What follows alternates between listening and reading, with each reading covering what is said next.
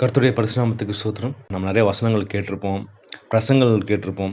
அதாவது இயேசு கிறிஸ்துவ நம்ம சொந்த ரட்சகரா ஏற்றுக்கொண்டோம்னா, நம்ம வாழ்க்கையில எந்த பிரச்சனையும் இருக்காதுங்க. எப்பவுமே சமாதானம், சந்தோஷம், நீடிய பொறுமை எல்லாம் நம்ம வாழ்க்கையில இருக்குங்க. எதை குறித்து நீங்க கவலைப்படாதீங்க. எல்லாமே ஆசீர்வாதமா தான் இருக்கும். கடவுள் நம்ம எல்லாத்தையும் எல்லா ப்ராப்ளமும் சால்வ் பண்ணி குடுத்துருவாரு. அப்படின்னு சொல்லி நிறைய ஆசீர்வாதமான ஒரு வசனங்கள் நம்ம கேட்டுக்கொண்டே இருக்கிறோம். காலையில எந்திரிச்சோனே நமக்கு ஒரு நல்ல வசனம், நமக்கு ஒரு ஆசீர்வாதமான வசனம் கிடைக்காதான்னு சொல்லி எவ்வளவோ நம்ம யூடியூப்ஸ் பார்த்துட்ருக்கோம், வாட்ஸ்அப்பில் வர மெசேஜஸ் பார்த்துட்ருக்கோம். ஆனால் வசனம் ஃபுல்லாக நம்ம பைபிளில் இருக்குங்க. நம்ம பைபிளை தியானிக்கிறோம்.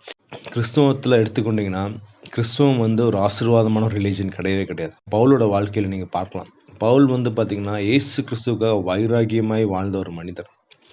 அவர் சொல்கிறார், நான் இயேசுவை பின்பற்றுகிறது போல நீங்கள் என்னை பின்பற்றுங்கள். இந்த உலகத்தில் யாராலையுமே அது சொல்ல முடியாதுங்க. ஏசப்பாவை நான் பின்பற்றுறேன், என்ன பின்பற்றுன்னு யாராவது சொல்ல முடியுமா? யாருமே சொல்ல முடியாது. அப்படிப்பட்ட பவுலோடைய கஷ்டங்கள் நீங்கள் பார்த்தீங்கன்னா, அவர் எதற்காக கஷ்டப்படுறாருன்னா, இயேசு கிறிஸ்துவோட வசனத்தை தான் இருந்த ஊரில் சுற்றி இருக்கிற நாடுகளுக்கு சொல்றதுக்கு அவ்வளோ கஷ்டப்பட்டார். நீங்கள் வசனம் வாசிச்சு பார்த்தீங்கன்னா, பவுலுடைய கஷ்டங்கள்லாம் நீங்கள் கேள்விப்பட்டீங்கன்னா, மேபி நிறைய பேர் கேள்விப்பட்டிருக்கலாம். பட் அதை நம்ம யோசிச்சு பார்த்தோம்னா நமக்கு தெரியாது. நீங்கள் பவுலோட கஷ்டங்கள் எதற்காகனா, இயேசுவின் வசனத்தை எல்லா ஊருக்கும் கொண்டு போனார். நிறைய திருச்சபைகள் நாட்டினார். அதனால அவர் பட்ட கஷ்டங்கள், பாடுகள் அநேகம். ஒரு 2-3 இது நம்ம வாசிப்போம். 2 கொரிந்தியர் 11வது அதிகாரத்தில் 24 நீங்கள் எடுத்து வாசிச்சு பார்த்தீங்கன்னா, யூதர்களால் 1 குறைய 40 அடியாக 5 தரம் அடிக்கப்பட்டேன். 1 குறையனா 39 தசையடிகள். அது எதுக்காகனா, இயேசு கிறிஸ்து வசனத்தை சொல்றதுக்காக. அவர் இயேசு கிறிஸ்துவிட்ட போய் எனக்கு ஆசீர்வாதம் கொடுங்க, என் தேவைகளை சந்திங்கன்னு எதுவுமே கேட்கப்படல. வெறும் இயேசுவின் வசனத்தை சொல்றதுக்காக அவர் அடிபட்டது பாருங்களேன். 39 தசையடைகள், 5 தடம், கிட்டத்தட்ட 235 டைம்ஸ் அவர் என்ன பண்ணியிருக்காரு, அடி வாங்கிட்டார். எதுலன்னா தசையில. அதே மாதிரி 3 தடம் மிலாறுகளால் கட்டையால் அடிச்சிருக்காங்க அவர். எதற்காக? இயேசுவின் வசனத்தை சொல்றதுக்காக. அதே மாதிரி கடல்ல ஒரு நாள் முழுவதும் அவர் நிறைய டிராவல் பண்றாரு. அந்த கப்பல் உடைஞ்சு போச்சு. ஒரு நாள் முழுவதும் 24 ஹவர்ஸ் கடல்ல தத்தளிச்சிருக்கிறார். எதற்காக? இயேசுவின் வசனத்தை சொல்றதுக்காக. அநேக பிரயாணங்கள்ல அந்த காலத்துல மாதிரி காரு, பைக்கு, ட்ரெயின், ஃப்ளைட்லாம் கிடையாதுங்க. நிறைய காலில் நடந்திருப்பாரு, கழுதையில போயிருப்பாரு. நிறைய பிரச்சனைகள் இல்லையா? நிறைய இடத்துல பார்த்தீங்கன்னா அவங்க திருடர்கள் இருப்பாங்க. அதே மாதிரி நிறைய இடத்துல யூதர்கள் அவர்களை ரொம்ப அப்ரஸ் பண்ணியிருப்பாங்க. அதுவும் இயேசு கிறிஸ்துவ தெரியாதவங்ககிட்ட போய் இயேசு கிறிஸ்துவ பற்றி சொன்னப்போ அவர் பட்ட கஷ்டங்கள் அநேகம். இதெல்லாம் எதற்காக பட்டார்னா, இயேசு கிறிஸ்துவ நிமித்தம். அதுதானே வசனம் சொல்லுது. நீங்கள் 2 தீமோத்தேயுல 2:12 நீங்கள் வாசிச்சிங்கன்னா, அவரோடு கூட பாடுகளை சகித்தோமானால் அவரோடே கூட ஆளுகையை செய்வோம். நாம் அவரை மறுதலித்தால் அவரும் நம்ம மறுதலிப்பார்ல. பவுல் என்ன பண்ணுறாரு, அவரோட பாடுகள் அனுபவிக்கிறார். நம்மளுடைய பாடுகள் என்னங்க? நீங்கள் பவுலோட பாடுகள் கம்பேர் பண்ண நம்ம பாடுகள் ஒன்றுமே கிடையாது.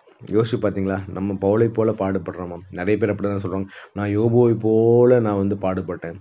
ஒன்றுமே இல்லைங்க. அவங்கள கம்பேர் பண்ணும்போது நம்ம பாடுகள் ஒன்றுமே கிடையாது. இயேசு கிறிஸ்து நமக்கு சமாதானம் தருவார், சந்தோஷம் தருவார். எப்போனா, நம்ம இந்த பாடுகள் மத்தியில் போகும்போது அவர் அந்த பாடுகளை சகிக்கிறதுக்காக நமக்கு சமாதானத்தை கொடுப்பார், சந்தோஷத்தை கொடுப்பார். பவுல் அப்படி தானங்க. இவ்வளோ கஷ்டத்தின் மத்தியில் போனாலும் எதை குறித்தும் அவர் கவலைப்படல. அவர் என்ன சொல்கிறாரு, இதையெல்லாம் நான் மேன்மையாக என்றேன். நான் பாடுகள் பட்டது எனக்கு மேன்மை. அந்த மாதிரி நம்ம சொல்ல முடியுமா? என் வாழ்க்கையில் ஒரு பிரச்சனை போயிட்டுருக்கு, ஒரு ப்ராப்ளம் போயிட்டுருக்கு, நான் அதை குறித்து மேன்மையை பாராட்டுறேன். ஏன்னா என் பலவீனத்தில் இயேசுவின் பலன் பூரணமாய் விளங்கும். அதற்காக நான் பெருமைப்படுறேன்னு சொல்லி பவுல் சொல்கிறேன். நம்மளும் அப்படி தாங்க இருக்கணும். நமக்கு ஒரு கஷ்டம், பாடுகள் மத்தியில் போகும்போது அந்த பாடுகள் மத்தியில் நமக்கு கடவுள் ஸ்ட்ரென்த் கொடுக்கணுங்கிறதுக்காக தான் நம்ம ப்ரேயர் பண்ணணும். நம்ம ஆசீர்வாதத்துக்கு பின்னாடி எப்போ பார்த்தாலும் நம்ம ஆசீர்வாதம் கொடுங்க கடவுளேன்னு சொல்லி அதற்கு பின்னாடி நம்ம போயிட்டு இருந்தோம்னா நம்ம நித்தியத்துக்குள்ளே கண்டிப்பாக போக முடியாது. ஏன்னா கடவுள் சொல்கிறார்ல, என்னோட பாடுகள் நீ அனுபவி. பாடுகள்லாம் என்னென்னா, நம்ம சுயம் சாகணுங்க. இல்லை, நிறைய நேரம் எனக்காக நான் அப்படிங்கிறதே நம்ம என்ன பண்ணிகிட்ருக்கோம், என்னோடய சுயம், என்னை யாராவது சொல்லிட்டா போதும் எனக்கு அவ்வளோ கோவம் வருது. என் குடும்பத்தை குறித்தோ, யார் எனக்கு சொந்தமானவங்க குறித்தோ, என்னை குறித்தோ ஏதாவது சொல்லிட்டாங்களோ எனக்கு அவ்வளோ கோவம் வருது. ஏன்னா நான் இன்னும் சாகலை. இல்லை, நான் இன்னும் கிறிஸ்துக்குள்ளே சாகாமல் அந்த பழைய மனுஷன் அப்படியே இருந்து கொண்டு இருக்கிறேன். ஆனால் கடவுள் சொல்கிறார், சுயத்தை சாகடி, சிலுவை எடுத்து என் பின்னாடி வா. அப்போ என்ன ஆகும்னா, நீ என்னோடு கூட ஆளுகை செய்யலாம். ஏன்னா இயேசு கிறிஸ்து நீங்கள் பாருங்களேன், அவர் நல்லவராகவே இருந்தார். ஆனாலும் அவர் என்ன பண்ணாங்க, சிலுவையில் அறைந்தார். மற்றவங்களுக்காக தன் உயிரையே கொடுத்தார். இல்லை, அதுதான் பாடுகள். இயேசு கிறிஸ்து நினச்சிருந்தா அவர் எப்படியோ வாழ்ந்திருக்கலாம். அவர் ஒரு ராஜா. இந்த உலகத்தை அவர் மூலியமாக தான் சிருஷ்டிக்கப்பட்டது. ஆனாலும் அவர் அடிமையின் ரூபம் எடுத்து நமக்காக, நம்முடைய பாவங்களுக்காக, நம்முடைய மீறுதலுக்காக தன்னையே ஜீவ பலியாக ஒப்பு கொடுத்தாருங்க. அதுதாங்க பாடுகள் மத்தியில் போகிறது. நம்மளுடைய பாடுகள் எதுவுமே இல்லை.